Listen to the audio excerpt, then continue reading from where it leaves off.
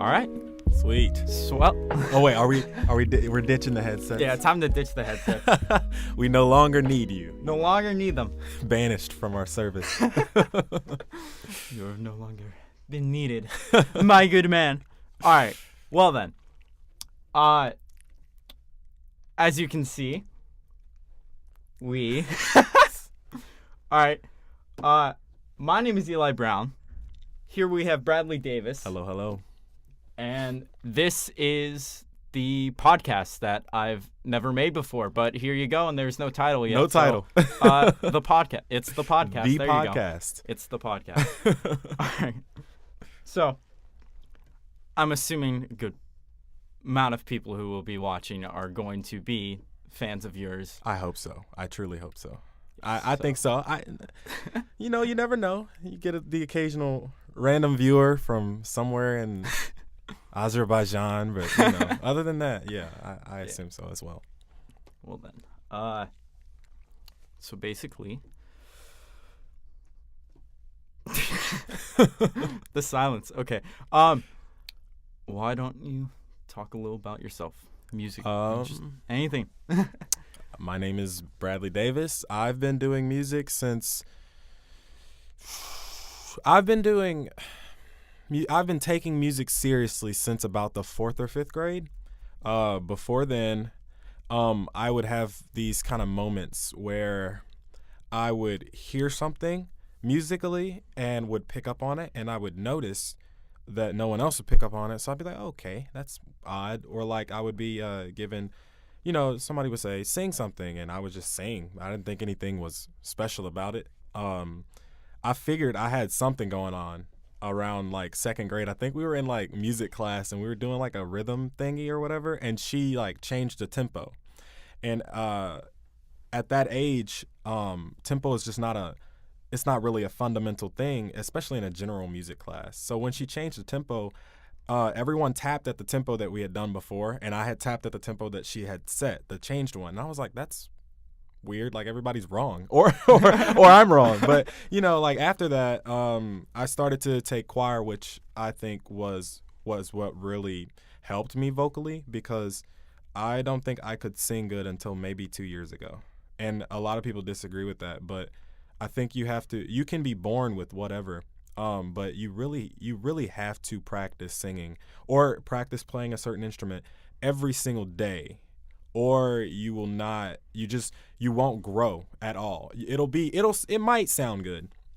It won't sound trained, and any trained musician, any trained vocalist will be able to tell the difference. So that's been my musical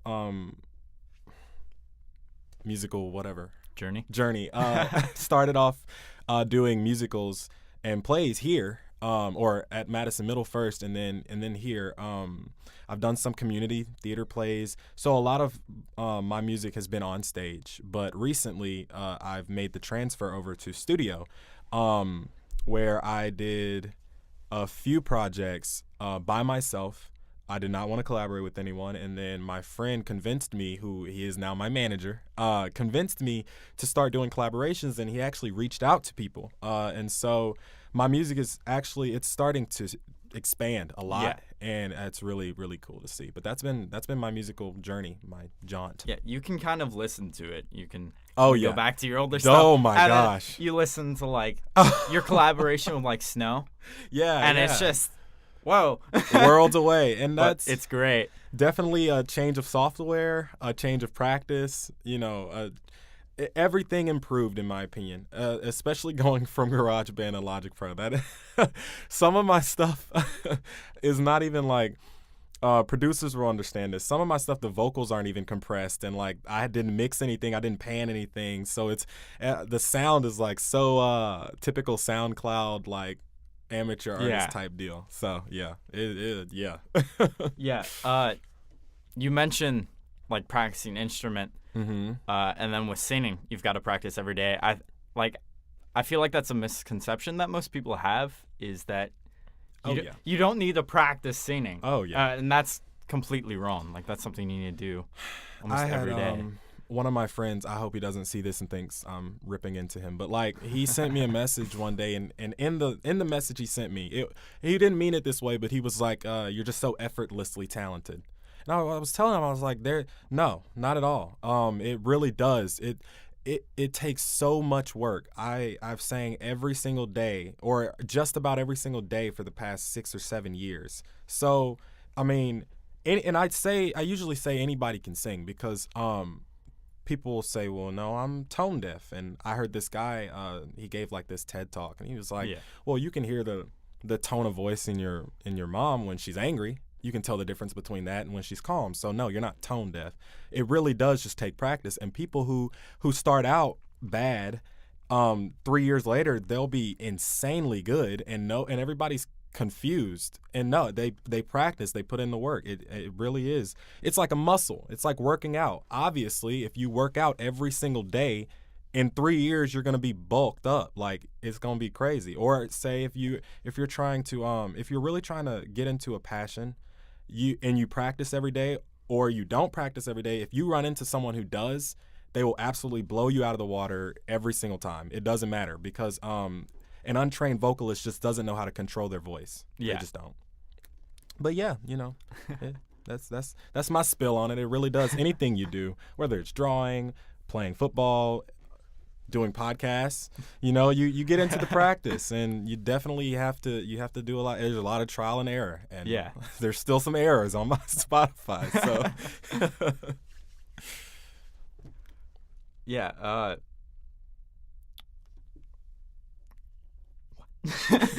it's just gone. Whatever else gonna thought say, process gone. Can relate. It's literally what my days consisted of. It's just I feel that. Definitely. Everything being blown out the window.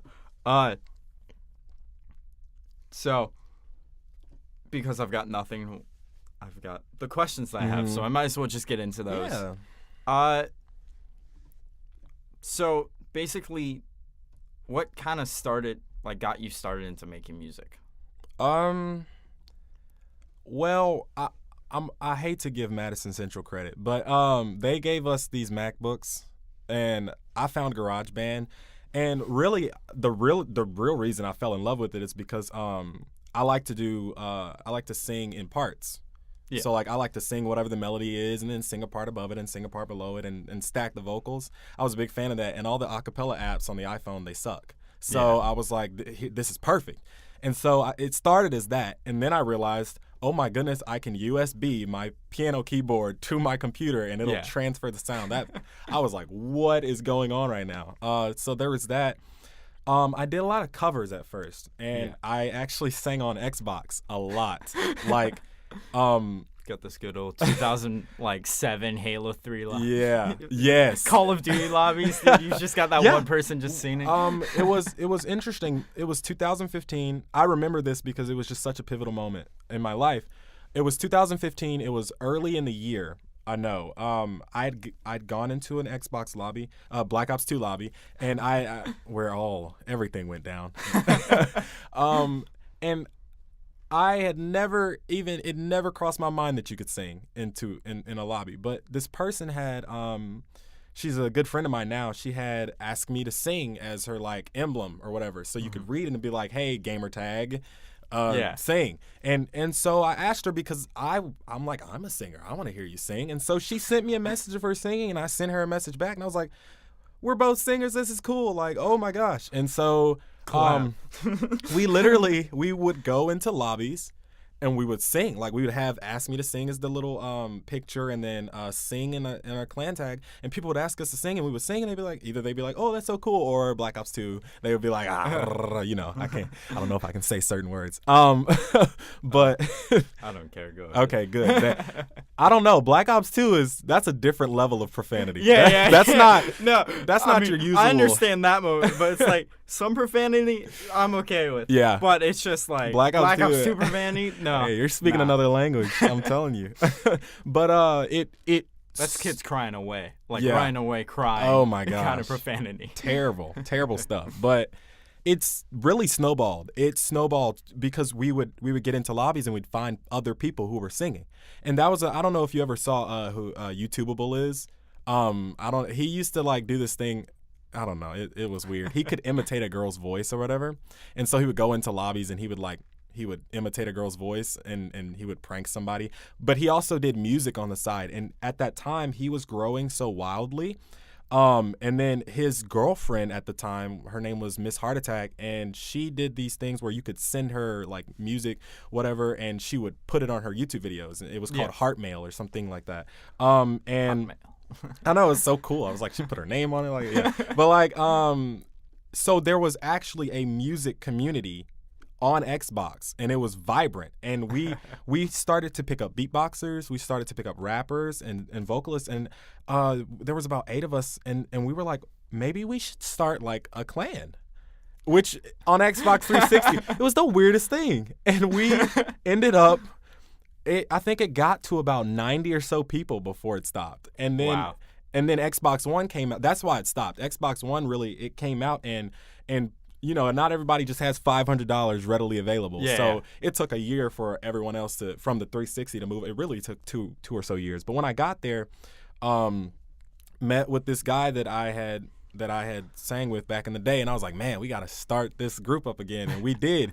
And this time, it's still on Xbox. It's called the Xbox Talent Community. It's got over 1,000 people, I know for sure. But that was my start. I started doing that. And then once I saw that I could transfer over to GarageBand, I did so.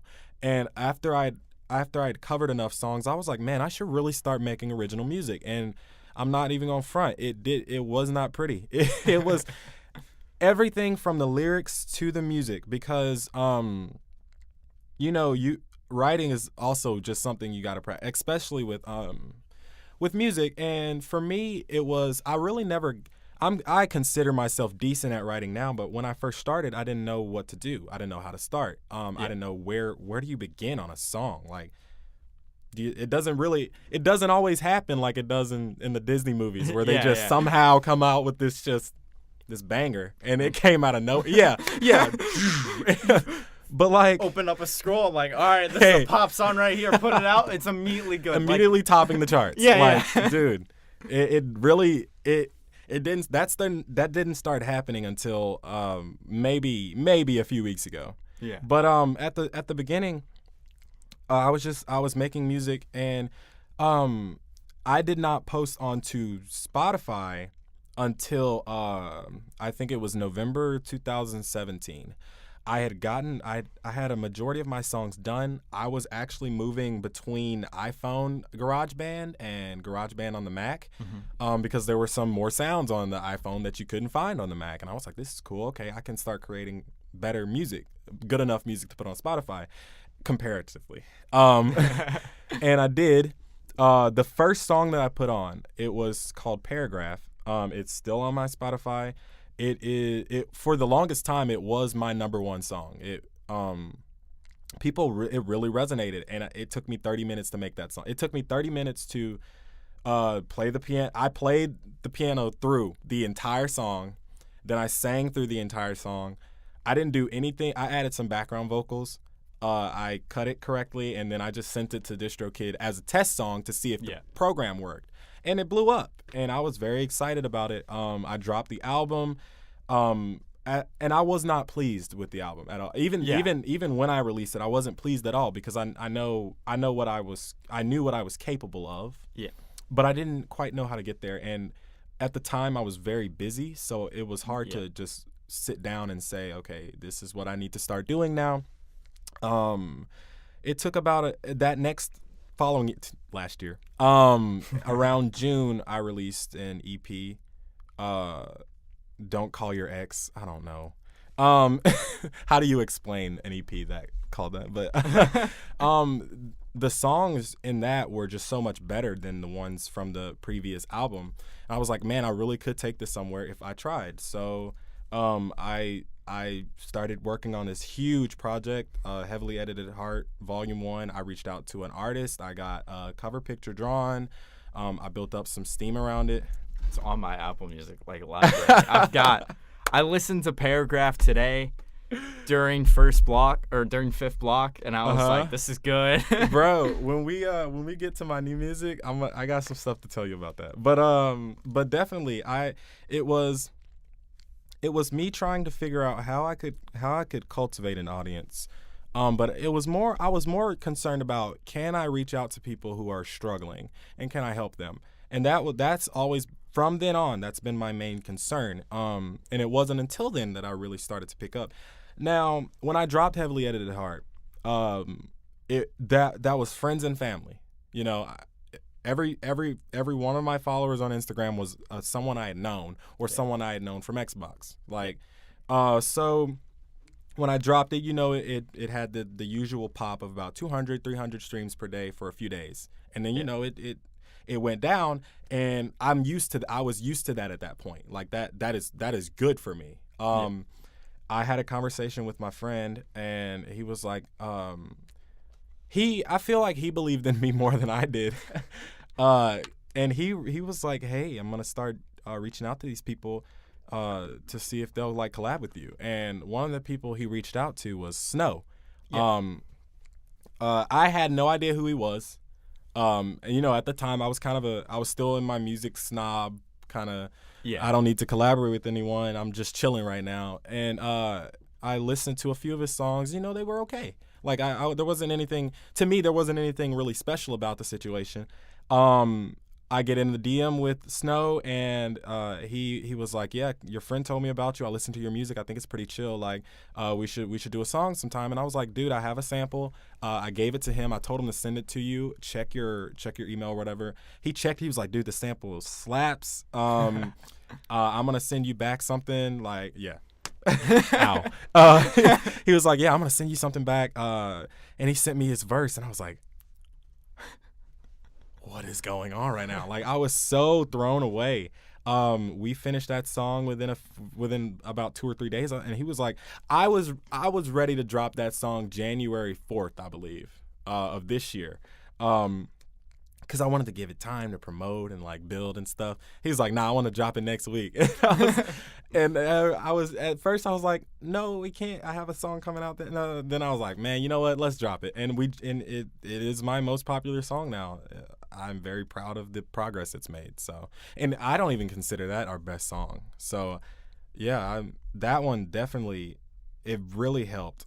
I was completely like, I'd never had, that song broke 1,000 streams in a day, which even at that time, that song had more streams in one day than Heavily Edited Heart had all together since it had been released. So of course my mind was absolutely blown.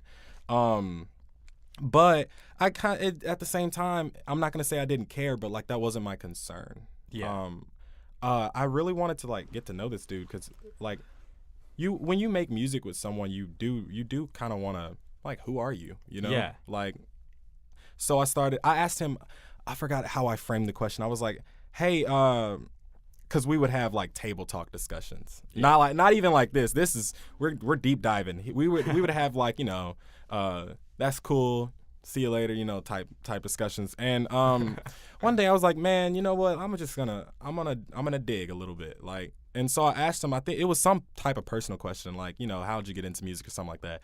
And we ended up we talked for like 30, 45, we texted back and forth for like 30 or 45 minutes straight. I was like, this dude is cool. Like, what?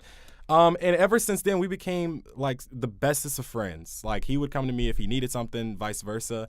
And then we started to make more music. And we've made 6 or 7 songs that we haven't released.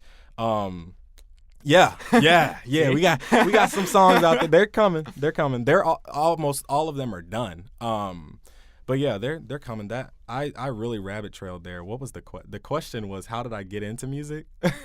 Dude, I just told my life story again. No, dude, it's perfect. If it was a short answer, I would have been like, what do I do next? Cool. Let's move on. Yeah. Was it after you leave again? Yes. Was that the one that you wanted to wait out? Yeah. That would have, had it been up to me, that song would have dropped January 4th, which is, now that I think about it, that's crazy. Yeah. When did you guys finish it? We finished it a few days before. It was I think it was released if I can remember correctly, that first week of December I had a choir concert, and then I had a Christmas musical that I was a part of that week, and I had finals. Yeah. All in the same week, and then it was that weekend. It was like December 9th, December 7th-ish. Okay. It released released, I believe, a day or two before Car Ride released. And Car Ride did well. I was surprised by that too. And I think I'm gonna try to go back to that sound a little bit because people seem to have resonated. I really enjoy Car Ride. I'll literally get in a car and then play Car Ride. Like right off the bat, I'm like, it's great every time.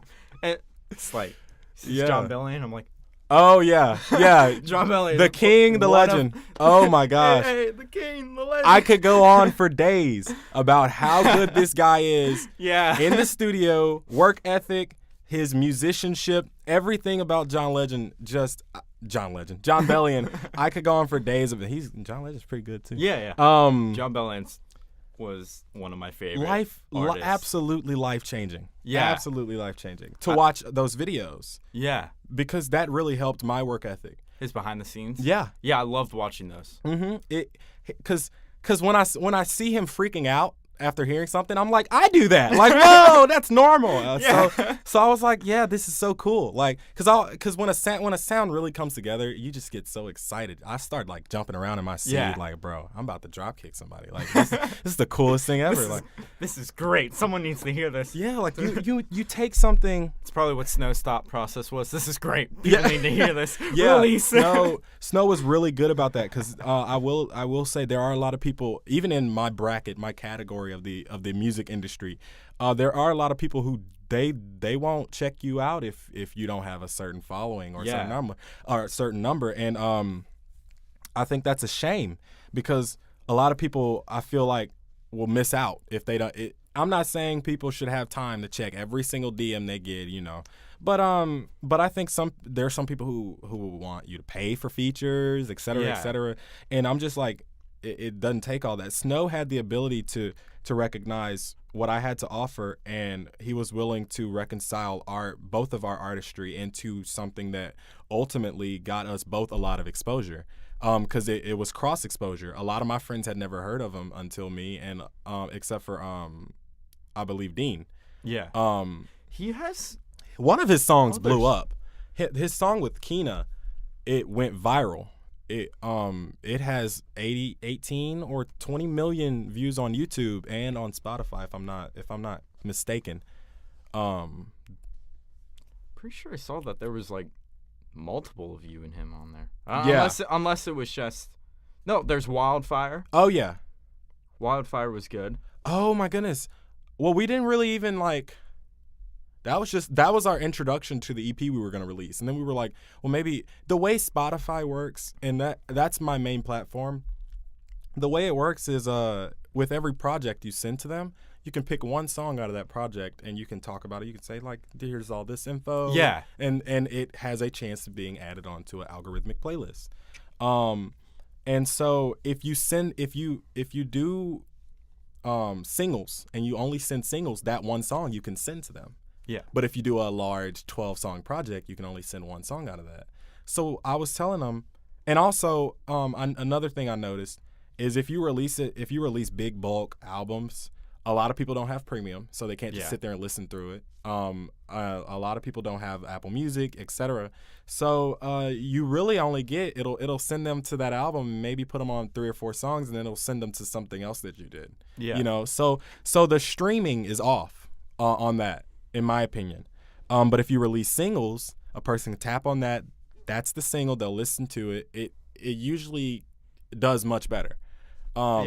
So we were like, well, how about we just release these out one by one? And so far, so good. Do you post like at all to SoundCloud?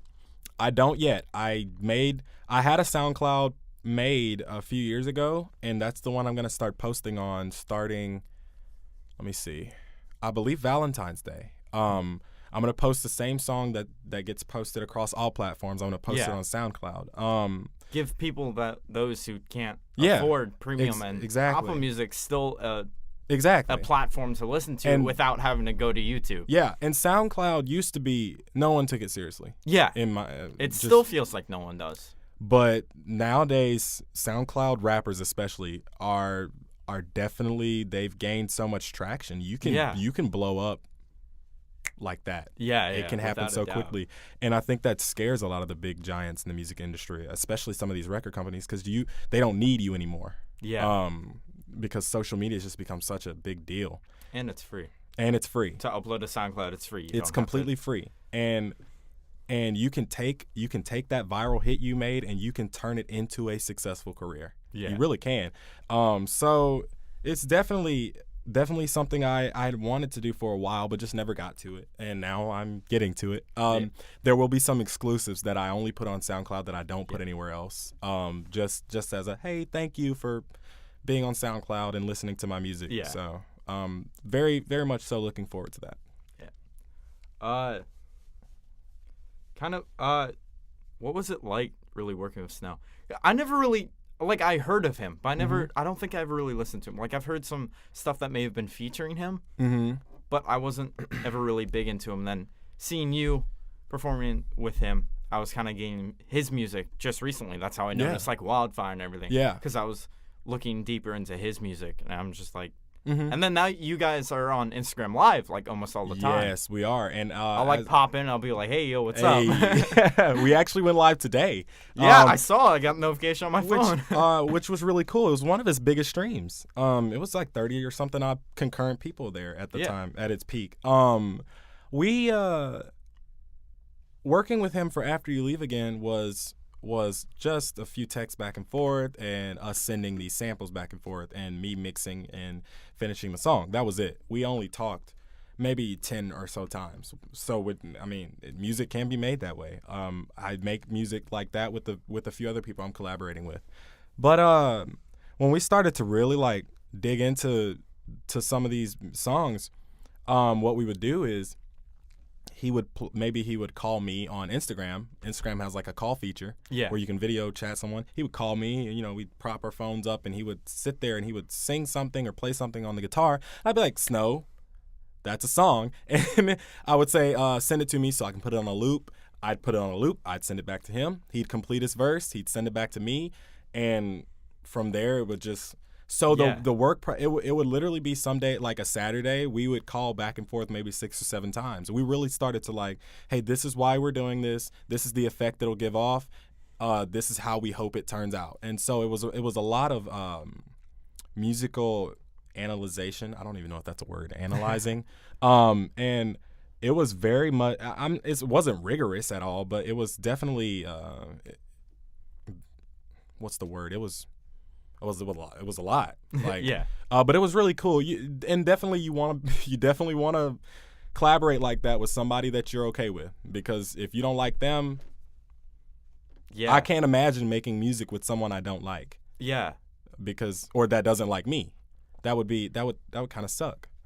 Because you have to get so intimate in order to really pass off something that's truly special.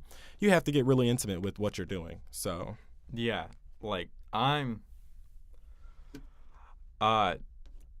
was walking the hall, going to do a audition, and one of my friends stopped me with another kid that I'm kind of acquaintances with, and he was like, "Hey, he's been looking for a drummer for the past 6 months. You still play?" And I'm like, "Yeah, a little bit." And so the guy was like, "So you can play drums?" I'm like, "Yeah." And he goes, "Okay, you want to join our band?" I'm like, "Hey, all right." Yo. But the thing is, it's the kind of popular kids who I'm not too much friends with. And so I'm expecting that thing to not really go well. But we haven't all played together. I think he asked me if I could play today, and I was like, "Nah, man, I'm busy. I got a podcast to do." I would say, I don't know. You never know. Yeah. Because, the popular kids... I was never necessarily I was known, but I didn't hang out with popular kids. Yeah. I had a few popular friends that I talked to, but you really never know. If you some of these people where you'll get stuck in a situation where you have to be within close proximity to them and only them for about 30 or 45 minutes, and so you get into conversation and you're like, this person is human. What? Wow. Will you look at that? Here we go. Oh yeah. I don't know what that means, but I saw it. It means that Fudge stopped recording. Hey. I literally warned Mr. Kress about this, and he was like, "Nah, it's gonna be okay. It's gonna be okay." What, did the SD card just run out of space, or? No, it's got like an automatic set where it stops recording after 30 minutes. That's so cool. Okay. I mean, that. No, it sucks. That's as in cool a as it'll get. situation. Yeah. Next time I see it, I'll stop. I didn't know. I didn't know if I should. It's 30 minutes. Every 30 minutes. Oh, okay. Man, we've been killing it, huh? Yeah. Now, they're all backing up and running. Well, let me see where I can remember where it stopped. Because I saw it immediately. Yeah. I mean, doesn't matter. Yeah, it doesn't matter. I still have the audio. And then yeah, I also that's true. I'm gonna upload just the audio to like SoundCloud as well. Oh, okay, cool. For people who don't know, we are filming. Yeah. There's a video aspect and an audio aspect for those. It's gonna be dope. It's gonna be so dope. But definitely you wanna create a bond with someone you're making music with. I think that just makes the whole process easier. And you gotta really have that mutual respect. Yeah. But yeah, you never know. Get to know them. You might end up being one of them popular kids. You get into a band, y'all get famous, and there you go. Yeah, I mean, we're slowly working on stuff. He'll throw out some really good guitar, just like riffs, and he's like, "Hey, what do you guys think?" We're like, "This is good," and I would like listen to it, and I'll just be like, I listened to it once, I listened to it again, and then I'm just kind of like thinking of drum beats that go with it. I'm like getting the groove. I'm like, this could work. This could, yeah. if we once we finally sit down and play. What's his name? Because doesn't he have an Instagram where he plays guitar on? No, the guy's name is Ross McClintock. I'm not sure. There is someone on Instagram. I have them added. They do little guitar videos, and I think they go here. I don't know. I have a friend who's a senior named Carter. He sometimes will post stuff of him just doing riffs that are really good. Yeah. So I have all these questions. We are currently 30 minutes in. So I'm gonna put myself on a timer or something. I'm gonna make sure that this can be as long as we'd like. Okay. I'm not like rushing you. I'm just saying we're 30 minutes in. Get in some of these. Get in some of these a little bit. So some of the questions I have. Do you have any tips for new musicians looking to make music? Man, I would say you gotta be really, really honest with yourself. And you have to be honest with what you're doing. There are no shortcuts. I promise you there are no shortcuts. I've tried them all. I've tried every single one. Yeah. Either I've tried them or I know they're so bad that it's not worth doing them. Yeah. You have to ask yourself, what are you willing to give to get this music out? Like, are you willing to devote your time? Because you do. There are some days where I spend more time in the studio, my room. Yeah. More time in my room by myself, away from everybody else, than I do sleeping. So it really is, are you willing to sacrifice an extensive amount of time? Are you willing to sacrifice some I'm not going to say sacrifice relationships, but there are times where your friends will text you like, hey, can we hang out? And you got to say no. Or because it doesn't work like you can just go and come back and it's going to be the same thing that it would have been. No, it does not work like that. Every musical process is extremely unique.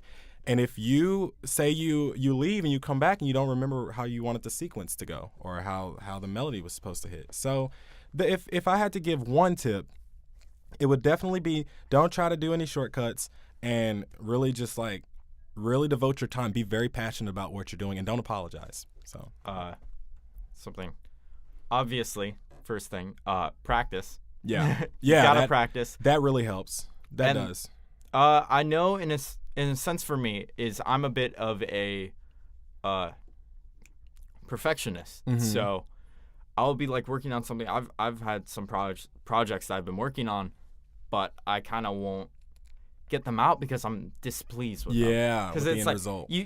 It's like I can get to a point where it's like I like it, but I know it could be way better, and you have to be able to distinguish. Yeah, you have to be able to like tell yourself like give yourself deadlines sometimes, because otherwise you will not get that thing out. And it's like if you feel this can be better, but you don't really know how to, but it's already great, and everyone that you show it to is like, man, I love this. Yeah. You might as well just go ahead and release it. Yeah. Unless you have stuff in mind that you want to do right away. hold it. I'm certainly sure Picasso did not show all of his artwork. There were some he wasn't pleased with, Yeah. But definitely I would definitely the whole me being able to play piano, that helps the workflow. Yeah. Because it doesn't matter what the instrument is, I can play it on piano and it'll transfer over. You don't have to be a musician, and when I say musician, I mean a true musician. You don't have to be studying music in college to be successful, but it does help the workflow. Like if I'm able to tell what key a song is in, what's the relative minor to that key, how should I go about the musical phrase, what certain key signatures, what major and minor chords do to a song, to a melody, how I could expand on those things that people don't get in everyday just being a musician.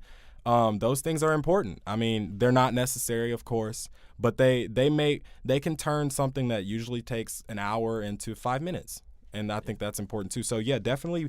If you're trying to be a producer, especially, learn how to play piano. Yeah. Learn how to play piano. That'll help you.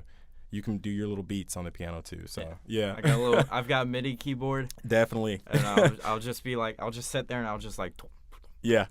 Yeah. And I'll mess around. I'll just kind of do I don't know how to play piano. Mm-hmm. It's a lot of fun though. I'll just mess around and I'll be like, okay, GarageBand tells me if I press these two keys, this is a C. And if I press the same two keys on the other side, that's a C, but they're two different. And so it sounds good. And so I'll just kind of mess around. Dude. So I'll kind of get into it. And there's times where I'll just be messing around and I'll just kind of do little weird things. And just mess with it. Depending on how light you press on it, it will make a different. Oh, there is a sensitivity. There's the velocity. And you can turn that sensitivity up and down. It's really cool. And so I'll just be messing around and I'll just kind of do weird stuff. And I'll be like, this sounds so good. And it's little things so like melodic. That. Yeah. Definitely little things like that because certain instruments, you don't want them to attack so hard. So you can just literally turn the sensitivity down and now you've got a very chill sound. There's a lot of things. Little things. Yeah, I'll get bored in class, and so I'll just get on the musical keyboard. I'll just go in. Sometimes I use musical keyboard, but I've just got a bunch of lo-fi samples. Yeah. And so I'll just I'll throw my headphones in. All right, listen through. All right, here's a kick I kind of like. Here's a snare. Yes, man, dude, lo-fi. I like this hi-hat, and so I'll just be like. Lo-fi is the way to go. And I'll just mess around, and I've posted a few of them on SoundCloud. They're not great, but you gotta link me. I didn't know. Decent. Why didn't you? I sent you one of them. I sent you the most recent one that I made on YouTube. Oh, okay. I had that one posted. And I sent that to you, and you said that you liked it. Yeah. So I heard that one. I'm sitting here thinking you got a whole account with several. It's 4 songs. Okay.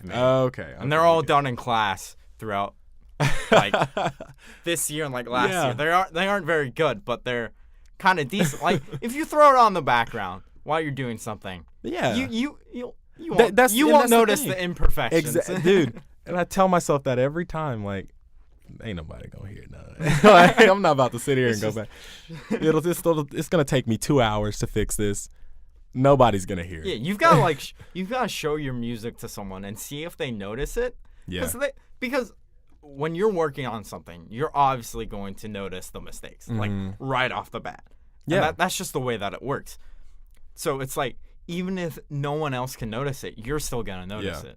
And sometimes it's the other way around. Sometimes you've heard a song so many times it's fatigued your ears, and you'll send it to your friend, and he'll say something. You'll be like, "Wait, what?" And you'll go back and listen to it, and it's whoa, okay, I missed out on that. It's kind of like writing a paper. Yeah, you don't, I don't proofread my mistakes. But you give it to your friend, and they're like, okay, here. And so I usually show my music early to my friends that technically don't like the same music as me.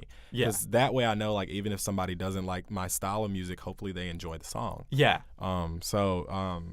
Peer review is meme review. Oh my god, I hate myself. Okay. Yeah.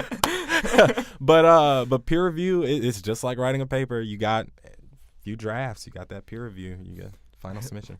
Thank you, PewDiePie. I forgot to subscribe to PewDiePie. I forgot to do the clap sync once I turned the cameras on. So I can no, we're not gonna lose anything. You're a smart guy. I thought about a way on how to fix it. It's such a thin sound that it's really easy to set the markers to each other. But it's just that clap. I'm like, perfect. There you go. It works out great. So, how you're talking about with making music. Mm-hmm.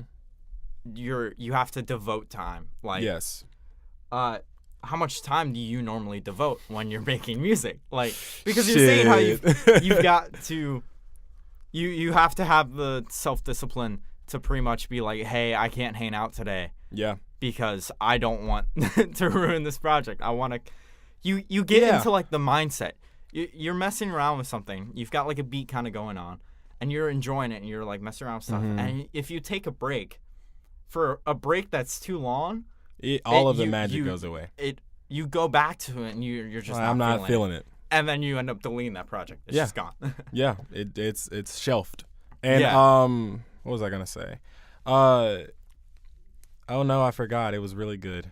Like, how much time do you like devote? Oh yeah, thank you. Yeah, that was the question. I just wanted to not specifically ask the question. I'm not gonna sit here in front. If you're a vocalist. It's not gonna if you're a vocalist only, it will take you 15 to 20 minutes to get your stuff done. If you warm up before you sing, you go in there and you get your stuff done, it won't take long. I do voice ads for radio. You've got the perfect voice for it. I appreciate that. I'm sure this podcast will sound hello, great. Welcome to you don't have the high pitcher voice that I have. But yeah, I'll go in there. And it's the quickest $100, $200 I've ever made in my life. You do like a 30-second spot and it takes me 5 to 10 minutes to do it. Yeah, which is insane. If you are a producer, you're gonna be in your studio for a very long time. Producers don't get the. I used to back when EDM started to become a big deal, where they would use a vocalist. I used to get so triggered. I was like, why don't they name the vocalist, but they named the. I used to think Avicii was the singer. Not Aloe Black. It wouldn't kind of like shout out the vocalist. And that song or credit them. For me, that song was the first song of that type. And after that, the songs just started like Chainsmokers, Disclosure, etc. Yeah, those songs just started rolling out. And I didn't give the producers enough credit, but I produce my own music. So yeah, I'm the vocalist. I'm the producer. And now I'm sound engineering my own music.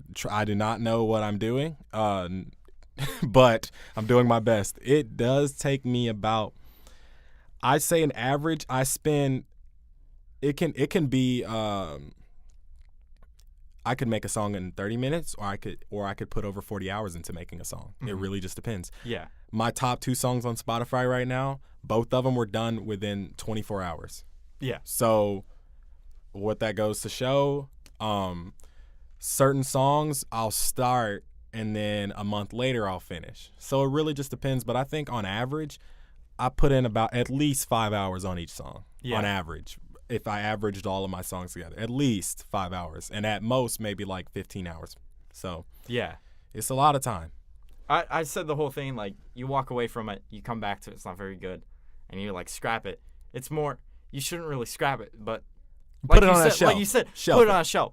And I know there's a good thing, like a lot of musicians use is they have this work that they started to work on but never finished. Yeah. And then they'll go back to it and then find a new way to write it, and it comes out completely different. Like, have you ever heard of Andrew Wan? He's a YouTuber. He kind of EDM, enjoys synthesizers. I'm not sure. I'm not sure I have. But he's a musician on YouTube, and he made this song, like, I don't remember what he said. I think he maybe said like something like 7 years. It was a long time. Yeah. It was a really long time, and he just, like, every time he went to it, he couldn't figure it out. And then this one time he was like, he listened to it and he was like, I figured it out. Yeah. And he turns on his camera and he was like, hey, I figured it out. And then he adds in like all this bass line, adds and uses his new equipment, and then it just comes out as this great song. There are some songs I wrote 2 years ago that I haven't used yet, but will use. I know I will. There have been tons of instances where I will take a melody that I used for a song that didn't work and put it on here, or take lyrics that didn't work on a song and put it on here. There are millions of ways that you can use it. Or I'll go back and I'll actually finish that. So that doesn't happen all the time, but I will. Sometimes I'll go back and completely finish the song. It is important to keep all shelf it all. Spend that $3 a month for that iCloud and shelf it. Google Drive is free. I have taken half my space on Google Drive, and I'm very nervous because once I run out, I'm making a new account. I have nothing on this computer. It's really? all on Google Drive. Just using the free version, and it's great. I love it. I don't need a hard drive really if I want to do video. Well, yeah, editing. It's great. Exactly. Digital minimalism. It's really cool, and a lot of musicians, if you know what you're doing, you use WAV files. You don't use MP3s unless you're just trying to show somebody something. Yeah. And so you can't send an entire WAV song, a WAV file to someone over email. Yeah. So Google Drive is how I'll use a shareable link, and I'll just literally link it. They can click on it, and they have access to it, which is really, really cool. That's neat. So yeah, there's that. I had something to say, but I don't exactly remember what it was. You're talking about repurposing. Like, there's multiple times where I was making a rap beat for my friend once. I never finished it. Sorry, Evan, if you're watching this. Can you make me a rap beat? I want a trap beat real quick, bro. Never made it. Like, I started to work on it, and it never worked out. But there's multiple times where I've had people ask me if I can try and make beats, and I've never actually gotten one out because that's just the way that I work. Yeah. I'll start working on something and never finish it. But, like, there's multiple times where I'll be working on, like, I'd have, like, a lo-fi track, like, set aside, saved. Yeah. But I never finished it. And I was like, I'm, like, working on a drum beat for something. I'm like, I don't like this. This sounds so bad. Bro, it doesn't fit the sample. Send it to me, bro. Send all of them to me, and I'll see. Because I'm struggling now to find... I just don't like every lo-fi sound. Yeah. But I like some of them are just... Yeah. They're perfect. But I'm like, I can't get this drum beat to work the way I want it. And so I'll go back and I'll, like, check out the other stuff that I haven't used. I'm like, I feel like this drum beat works better. I'll completely remove that drum beat and throw in the other one. I just use GarageBand. That's why you don't like them. Like, do you use the drum samples from GarageBand? No. I was about to say. Yeah. I have a bunch of lo-fi. Okay, we're good. I hate any DAW, the default drums, unless it's maybe the SoCal drums, are terrible.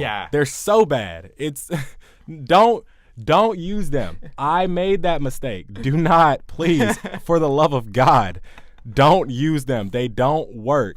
Okay? The only way you can make that work is if you sent it to a producer who is professionally trained, and then or a sound engineer, and then they would tell you, get a drummer to do this, because they're so bad. I can't. Yeah, no. I have a bunch of sample packs. Yeah. Where it's just a bunch of different, like, single, like, 1 second of, like, here's a snare hit. Yeah, I get my sounds from Splice, and I heard you can get some from Reddit. There are people who give. Yeah, probably on Reddit. I mean, ther literally you can get anything. You can just search it. You can Reddit, search it up. Everything's on Reddit. Everything. Reddit is the internet. r/ you get rid of Reddit, everything. You don't have the internet. It's all gone. Yeah, that's true. So, with how much time you have to devote and how much work kind of goes in the process of creating music and producing and whatnot, are there, like, how often are there times where you feel like you want to quit? Like, you're just like, I'm tired of this project. I'm tired of doing all of this. I just want to leave. I want to go to bed. Are there, like, times where you've, like, stayed up all night where you're just like, I want to go to bed, but I gotta finish. I gotta say, if there are days where you don't want to, if you don't have days where you want to quit, you're lying. I had a day where I wanted to quit 2 or so days ago. Like, it can be very common, cause you go some days you really do, you feel on top of the world. Like, man, I'm the singer. I perform, I dance. Like, but some days I feel beyond average. Yeah, I'm no better than anybody else. My singing is a little bit better than average. It's not gonna get me anywhere. It can be very frustrating, cause you put in the hours on something, and it doesn't come back how you want it, especially if you spend 6 or 7 hours on a song and you're like, man, this song it's not working. Yeah. And it can get immensely frustrating. And there have been several days, more than I can count, where I'm like, dude, there's so many other things I could be doing right now. And I told Vertrice this. We actually had a conversation about it because she was telling me, man, there's just some days. Vertrice Sanders of all people, she's like, man, there's just some days where I'm just not feeling. I'm like, that is perfectly normal. And I explained the feeling she couldn't name it just yet. And I explained the feeling to her, and she's like, yeah, that's it. I'm like, that is 100% normal. You're gonna have those days, and you have to tell yourself, this is a temporary feeling. Because it really is. The next day, something miraculous happened. I'm like, okay, we back in this bitch, boys. We good to go. So just you gotta stick. There are gonna be some days where you feel like shit. Your music is just but you really gotta stick with it. You do, even on the bad days. Just stick with it. Yeah. Don't ever give that up. Like, are there times where you've worked through it, even though you don't? Now, I wouldn't say if you're irritated or frustrated, there are the appropriate ways that you could go about. I released a song with Snow called I'm in Love But. That song, we were both pretty pissed that night. Yeah. And like it happened so easily because we focused our passion, our anger at the time, and we actually made some good music. Yeah. But there are ways in which it can go the complete opposite way. There are situations where I should have stopped. I should have gone to sleep. I shouldn't be doing this anymore. And it can okay, so people go through things, whether it's with romance or whatever, and it just shuts you down as a person. Imagine doing that and then trying to cultivate that into an art and getting so frustrated at the art, and now you're frustrated at the situation, and everything is just spinning around in your head. It can be dangerous. So I do recommend. I recommend to everyone, like, please be careful with if you decide, man, this day everything's not going okay, so let me chill out and let me just take a breather. Sometimes you do need that break. You do need to go hang out with your friends, Yeah. It is case by case. So yeah, there are definitely days where I'm just like, I don't want to do this anymore. Yeah. And I used to be afraid to say it. I'm not afraid to say that anymore. Yeah. Yeah, definitely not. So on making music. Mm-hmm. When is your next big album coming out, my man? It's finally. When do you know? When will this podcast be posted? Do you know? Like, how long do you think it'll take to post? Depends on how motivated I am. Okay. So it could be this week, could be next week. So right now I have 1,910 followers on Instagram. I'm trying to get to 2K. I'm trying to get that done ASAP. If I don't get to 2K, this will be the first place that everyone hears this. If I get to 2K, they'll hear about it before seeing this. My next major album, full-length album, 12 or 13 or so songs, will come out in 2020. And I'm pretty sure the title of it will be 1999 because that was the year that I was born. I'm pretty sure I'm releasing it on my birthday.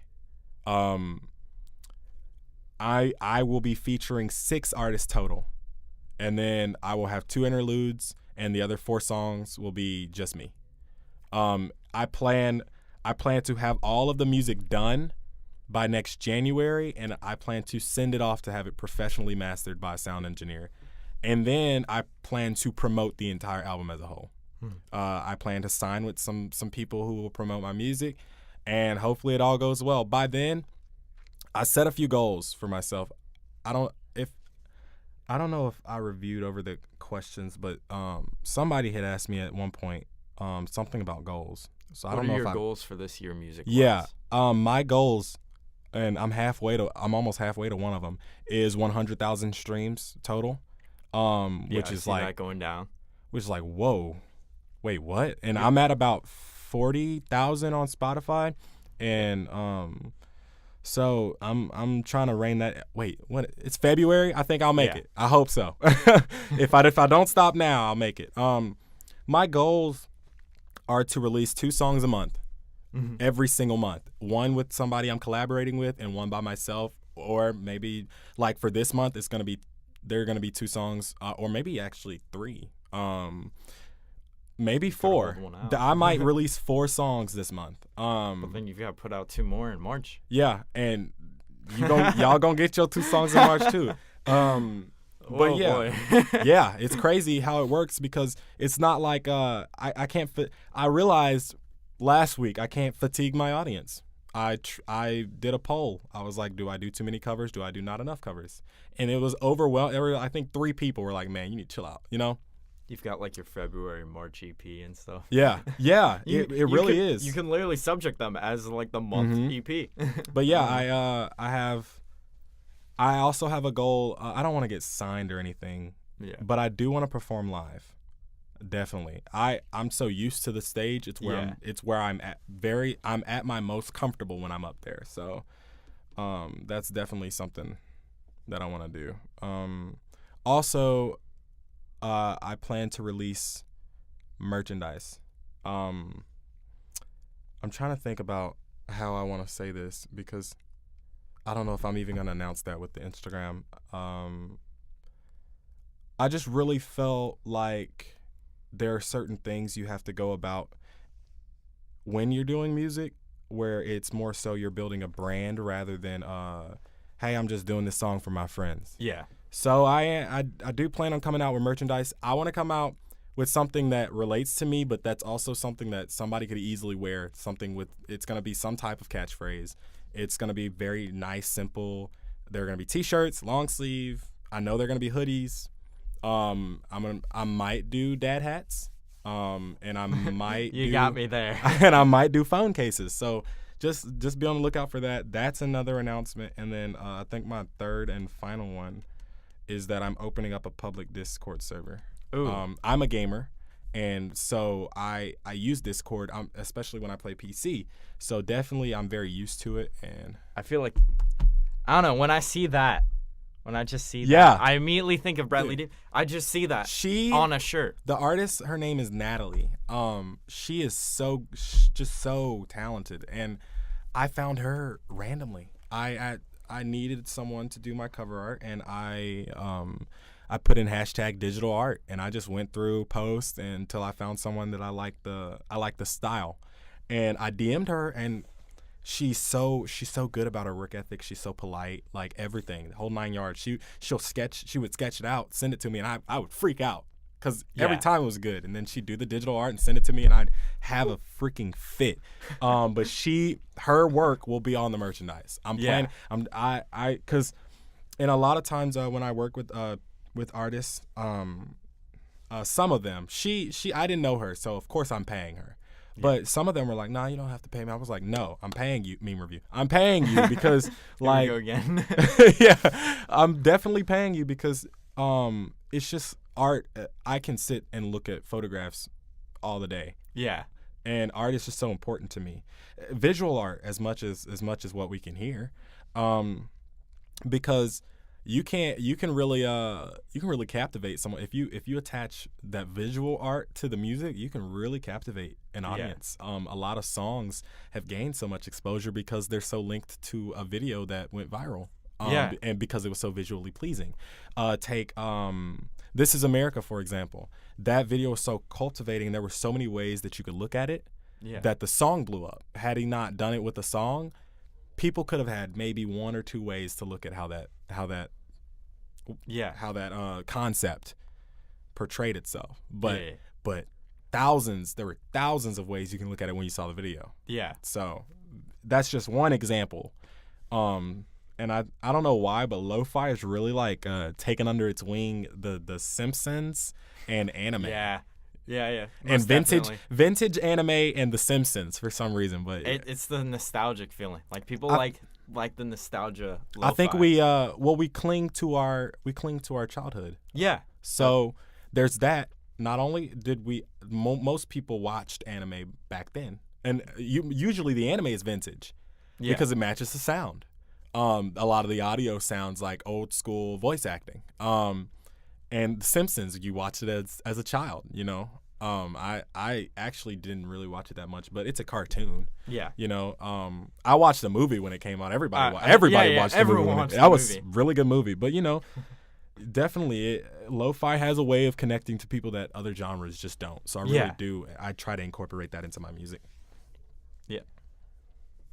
I mean, so do you have plans on kind of putting more lo-fi style instrumental music out? Yes. I have an alias. I don't know if I'm even supposed to say this. The camera stopped recording. Yes. I'll say it while they're not recording. Oh, wait. The audio will pick me up. If you don't feel comfortable, don't say it. Yeah. Okay. We good. I don't want to say it just yet. I'll tell you, but they're good. They'll be all right. Here we go for a quick meme review. Gotta get that quick audio sync. Yeah. He told me that they turned it off, and so I was like, okay, I'm gonna believe you on that back one. up. Yeah. But definitely, I do have some plans to release instrumental lo-fi music. Or I say instrumental, it will include some vocal, but you know the vocals won't be the focus. Yeah. They'll be what paints the picture as well. I mean, you've got people like, have you ever heard of Atlas? Yeah. Yeah. Definitely. So you've got people who their instrumentals all pretty much lo-fi, and then they just sing over that. Mm-hmm. Like, do you have any kind of plans of doing stuff like that, or like the whole instrumental's just lo-fi? Definitely both. And I have the privilege. I actually got picked up by Lonely Music Collective, which is a collective of just insanely talented producers, singers, rappers. I know Sad Boy Prolific's part of it. You have Tekoi, Neoplasma. Oh my gosh, I can't name them all. Jeannie Aiko, not Jeannie Aiko. Oh my gosh, I'm freaking out. Julia Aiko, Snow, the king of lo-fi himself. There's just tons. The list goes on and on. There, Trenton. There's just so many, and I have the privilege to work with them. And I usually listen to their tracks to be like, okay, well, this is what I should be aiming for when I make something. So, if I want people to take my alias music making seriously, then I do have to approach it as if it's my main focus, and that is something I plan to do.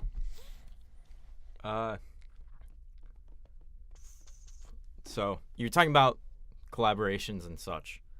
How on this album, which I kind of want to get this video out quicker so I can beat you to. Yeah. So the people who watch this, then I can direct them. I'll be like, major announcement on this. Yeah. the people who've watched this. Yeah. They'll know already, and they'll be like, oh, let me go watch this podcast. But you're talking about having 6 collaborations on there. Do you like? Are there any plans of having anyone from Mississippi kind of be those collaborations? Definitely. Perhaps maybe even before that album comes up. Yeah. There are a lot of talented artists in Mississippi right now, and for some odd reason, we're not like LA or New York, you know? Yeah. There's a lot of them at the school. Yeah. I have a song coming out it'll be within the next month or so with Taylor Simmons. Nobody even knows she sings. Yeah. This will be the first time a few people hear that she actually sings. She's in the band at Madison Central right now. She's already done the vocal.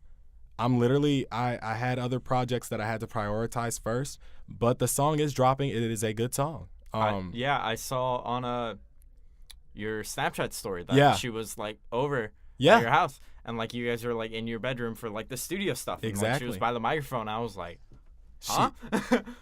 I plan to collaborate with Jay Stewart. I don't know if you know him. Crazy red hair, Afro guy. Yeah, definitely. I think I know him. Dude is so talented. It's not even funny. Joy Kate Lawson, so talented. I definitely plan to collaborate with her. And then this is my announcement to any artist in Mississippi, especially the ones who've established themselves on stage. If you want to collaborate with me, I want to get in the working process with you. Please hit me up, let me know, and let's make some good music. Because the way Mississippi works is, in my opinion, we put the most talented people on the planet out when it comes to music. We just have to go to other places before we can get the exposure that we want. Yeah. or some people will never leave and they really will never get that exposure, so they'll stop. And I think that sucks because Mississippi, the best music that has ever been created has either come out of Mississippi or Louisiana, period. There's no debate. Mississippi is the birthplace of so many different genres and styles of music. So I do think that spirit is still alive here, and I love Mississippi artists. Mississippi first, definitely when it comes to that. But, I just haven't had the opportunity to collaborate with many local people. And definitely I'm looking forward to that. Yeah. So there's one of the questions on here. Mm-hmm.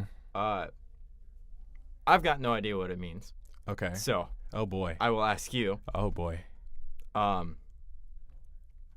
Why did you write Strangers again? Oh, boy.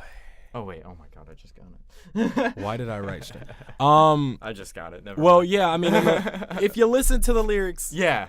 But the purpose. Oh, she's going to kill me. I'm going to call her Brad, and I actually do call her Brad. She knows who she is. I mean, I told her when I released the song, I messaged her. I was like, hey, I made this song. I just want you to listen to it. And I met her when me and 2 other friends went to Orange Beach last year. Mm-hmm. I'd actually met her before, but I officially met her. That's when all the cool stuff happened. We were speaking back and forth. Like, I'm not going to tell the story. The song tells the story pretty well. But, everybody knows that someone who they started talking to almost like every day, and then now you haven't heard from that person in a year or so, or a few months. Like, strangers again. And I saw this tweet one day. I saw this tweet, and it was like, we went through all this just to be strangers again. I was like, okay, this is cool. At the same time, I was looking up guitar loops on Splice, and there was this guitar loop, and it was like, dum, dum, dum, dum, dum, dum. And I was listening to it. I was like, this is cool. So I put it on a loop. And it started to go, and I had it on a loop, and I was like, we went through all this just to be strangers again. And I was like, this is cool. And it kept going, so I kept going with the lyrics. I didn't have to stop and write until I was done with the chorus. So like the chorus is a rant. And I was like, I'm too prideful to reach out to you and be like, hey, I messed up. Yeah. Like, you did stuff, but it was really just me. I had too much pride at the time. And so everything was so honest about it. And I was like, I put a kick and a little snare on there. The song was done. It wrote itself. I like to say, I love that phrase. But like, my goodness, we talk now. The stranger, Brad. No longer strangers. We are not strangers anymore. We do talk now, and it's really cool because she knows me, which I think is an impossible feat. Only other person who has accomplished this is maybe my mom and dad. She knows me on an atomic level. Yeah. She understands. She understands how I operate, which is really kind of weird, maybe. Yeah. Not really weird. Some people, and I don't say this to be like that guy, like the guy who feels like he's above everything. I just don't think I vibe with everyone. Yeah. Like, you don't like everyone you meet, and a lot of people just annoy me because I don't know. Yeah, no, I agree with it. So when I find someone who doesn't, not only doesn't annoy me, but like understands me, we're saying the same thing over and over again to each other, and like we share so many things in common. Of course, you build a relationship off of that. And so I'm really glad that we started talking again because she just knows what to say. I don't know. Yeah. So we're cool. We cool, everybody. False alarm. I'm not deleting the song though. The song picked up. It picked up a month or so ago. I sent it to Supernova Records or Independence or something. Yeah. They're an independent. They promote music. Yeah. And I only gave it a little bump, like $5. Yeah. And then from there it just started rolling a little bit. I'm like, okay, cool. That works for me. That definitely works for me. So yeah, that's Strangers again. Oh boy. Can't wait for her to see that. I just want to say something. Your voice is way better in person.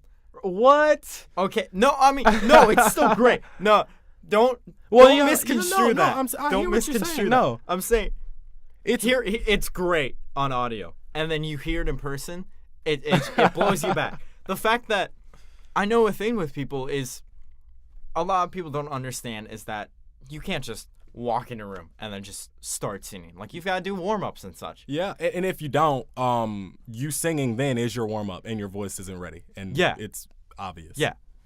So, I don't know. I guess maybe talking worked a little bit. Yeah, talking actually will deteriorate your voice faster than singing will. So, or warm it up. I say deteriorate because some people, they'll be like, I'm on vocal rest, so I can't sing. And I'm like, then why are you speaking? If your speaking is hurting your voice more than your singing would. Yeah. So, because when you sing, you have to breathe a certain way and you prepare yourself. When you're talking, you're just talking. You're not concerned about whether or not it's blah, blah, blah, blah, blah. But no, I mean, I haven't properly warmed up, but I see what you're saying. I'm just saying. It's like, because I've been in classes where people are like, sing this for us. And I'll be like, hey, they can't. You don't understand the way that singing works. They'll be like, no, I'm not going to sing. And they're like shy to say, hey, I can't right now. I have to do kind of warm-ups and such. So they're like, can you sing for us? I'm like, hey, it doesn't work like that. I'm sorry. It don't. You really have to have spoken a little bit before or actually warmed up. If you don't warm up, you are doing yourself an disservice. Yeah. I don't know if those words work like that, but language is malleable, so we can say what we want. Definitely warming up every day will even help your voice over time, so it's pretty cool. My phone's like blowing up right now, so I'm like trying to make sure it's like text from my mom, like, hey, you was done. Hey, are you alive? And I noticed one that a friend of mine replied to some Instagram story, and it reminded me that one of the questions things I got was meme daddy. Oh, Cameron. I love yes, Cameron, and he goes, spoons? That is his question. Spoons? Cameron, yes, spoons. If you're watching this, definitely spoons. All right. What are you about to show me? Oh boy. Okay. If I can remove that, that's not it. I have a few of those. Don't worry. On picture day, he dropped off his little sister and gave me a Wendy's spoon. So I put it in my pocket, and now it's going to be forever following me. If you can see, if it will focus. Oh, well. Well, it'd be like that. Anyway, there is a Wendy's spoon sitting in my pocket. And they let you take the picture. It will be in the yearbook and everything. Oh, my goodness. Yeah. Cameron is... And then I have he lives down the street. I don't know if I should say that. He used to live down the street from me. Yeah.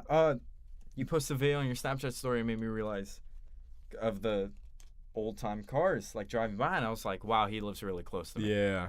I never realized that. I thought maybe you lived I like... can't stand this city. Like, that day, I was not proud of Madison. I was like, come on. Nice cars. Yeah. Anyway, I realized you live pretty close to me. So. I do. Yes, that's good. So, some other questions. Speaking of, I don't know. I feel like people are probably gonna piece this with strangers again, but I'm not entirely sure. But hey, you're the one who sent me the questions. Yeah. Any special girl out there? Hell no. I'm not gonna say it like that, but like, you had that whole thing on your Instagram story talking about like the whole love thing. Yeah. Here's how I feel. I feel like the first person you should ever try to find love with is yourself. Yeah. You do that, and then you find someone to share it with. If you don't do it in that order, it won't work. Period. I don't care how much y'all have in common. And I found that with someone 2 years ago, and unfortunately we had to call it off. But definitely I'm thankful that it happened because now I know exactly what to look for.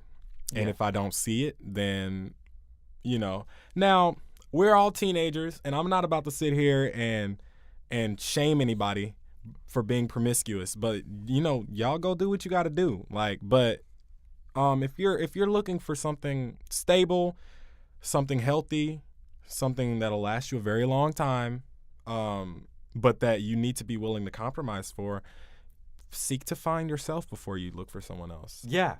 I agree with that entirely. Mm-hmm. Heartfelt-ish note. I was in a relationship with someone, and because I wasn't so acceptable of myself, I think that's something that really messed it up. And that was the other thing in my wallet. There was a lot kind of ish problems, and because of how I wasn't like really accepting of myself, didn't really work. And literally, I don't know, maybe it was a week or two after we went, I got Chinese food, and that was the thing I got.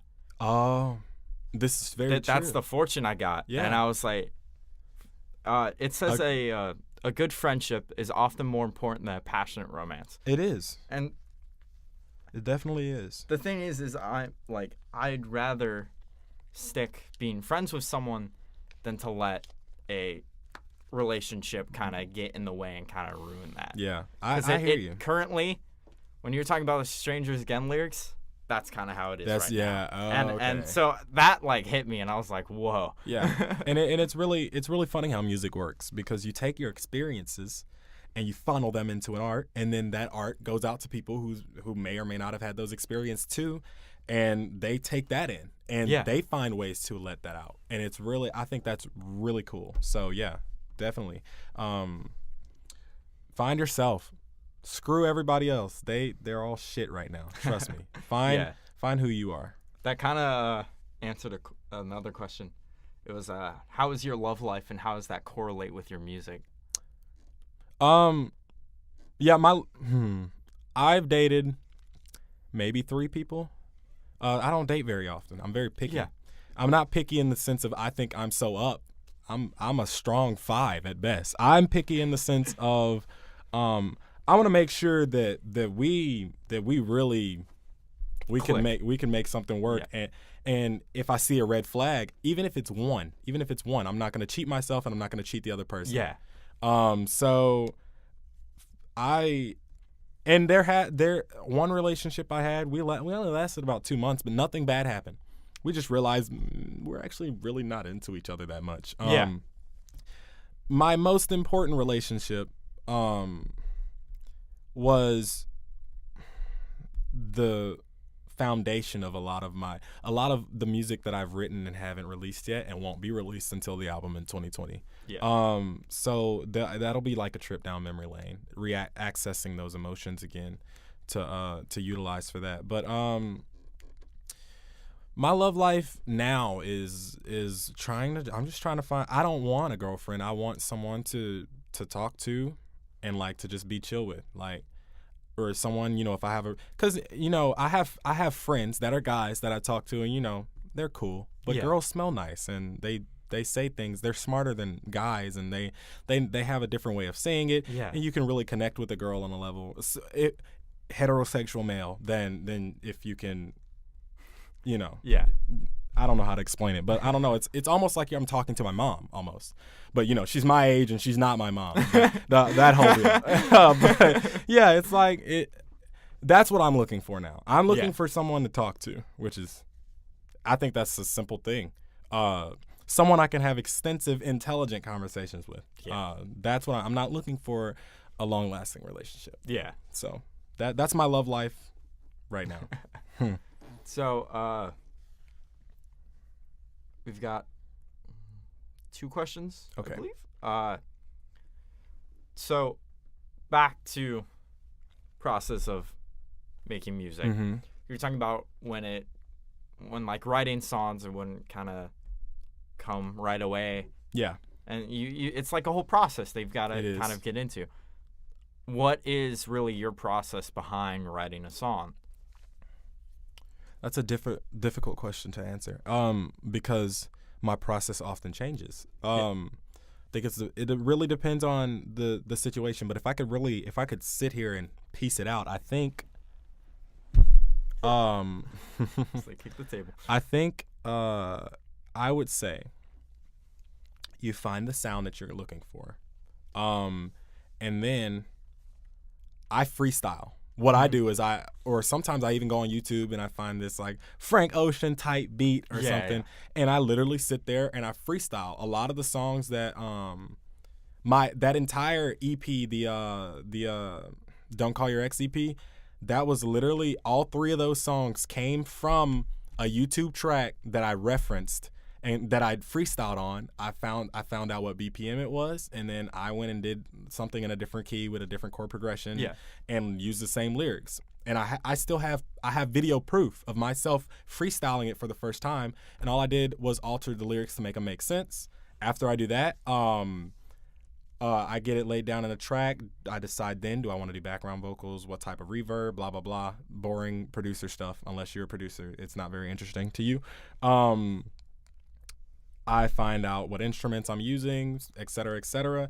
Once the song is done, or I've done all of the tracks for it, I do all that producer magic stuff. I'm not about to put everyone listening right now to sleep. After I do that, I master the track myself, a little quick fix, or I send it to Lander, which is like this automated mastering tool. And then I release it. That is my process. Sometimes I start when I'm just home playing piano and I decide to sing randomly. It can come from that. It can come from the XXXTentacion type beat. It could be someone sending me a sample, a producer that sends me a sample. It could be anything. But yeah, that's how it starts, and it just kind of goes from there. Yeah. So I believe this will be the last question. Bet. We don't want this to go on for too long. The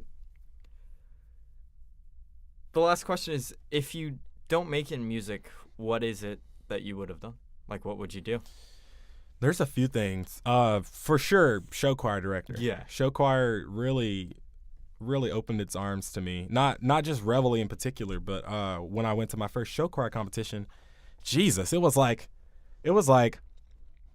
you had all these groups. It was like its own Disney Channel movie. You had all these groups, and each of them have this kind of weird personality about them. And, like, this is the group from here. And, like, you have your Clinton Attachés and your Grenada Visions and like, we're Madison Central. And it's very, like, we're this school and we're this school. And everyone's kind of parading around and performing and competing. And it's really competitive. It's really competitive. There's a website dedicated to it. Like, and some of these show choir videos have accumulated hundreds of thousands of views on YouTube. Show choir at the high school level is professional sounding. I mean, the band, especially the band, the crew, the singer dancers, it's professional vocal arrangements, everything, all the way. So it's my level of musicianship. I love it. I love it to death. And so if I don't tour and do music and be all famous and stuff, that'll be the first thing I try. I've always wanted to be an entrepreneur. I've always wanted to be a internet, not meme. Oh God, not meme. Internet personality. I've always wanted to do that, like get into making YouTube videos, and doing certain. I've always wanted to be a Twitch streamer. Do that a little bit. I'm trying to think what else. Show choir director kind of falls under teach music. Broadway. I might even still give that a try. There's always that. I know that I could be a producer if I really devoted my time to it. And not only would I have an edge up because I sing myself, I've studied certain aspects of producing that most people don't start until they get around the age that I am now. Yeah. And so there's so much stuff I want to do. I hope you hope and pray. I don't want to be Drake famous, but I would like to be paid enough money to where I could eat, stay in a nice place, and tour. Yeah, that's all I want to do. And if I can't do that, then there are definitely other things that I want to be a politician. I love speaking about politics. I hate speaking about politics to people who don't want to hear it. Yeah, but I got featured on this debate. It's the #1 debating Instagram handle. I saw that, and they featured what I had to say. So I do oftentimes like looking at the nuance in a situation. So I could go on and on. I'd like to be a novel writer or anything, but but right now I just want to finish college and I want to make music, and I hope that people really enjoy what I have to offer because a lot of stuff is coming. in particular, Valentine's Day, Kiss Me featuring Taurus and Scorpio. I know that one turned off because it shut. Yeah, that camera died. Oh. Oh, well. We still cooking. That one was just on me, so it's good. Oh, hush. We got that. And then, we have, it's called Split Screen. It's a gamer-themed song. A love and gamer. I'm going to show you because I think it's cool. But I'm not going to show them because they don't need to see it just yet. But this is the cover art for it.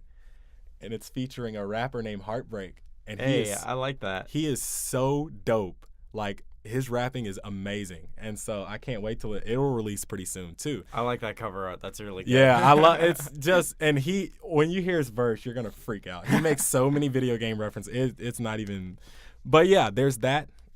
A lot of music to look forward to, and I really hope people enjoy it. Yeah.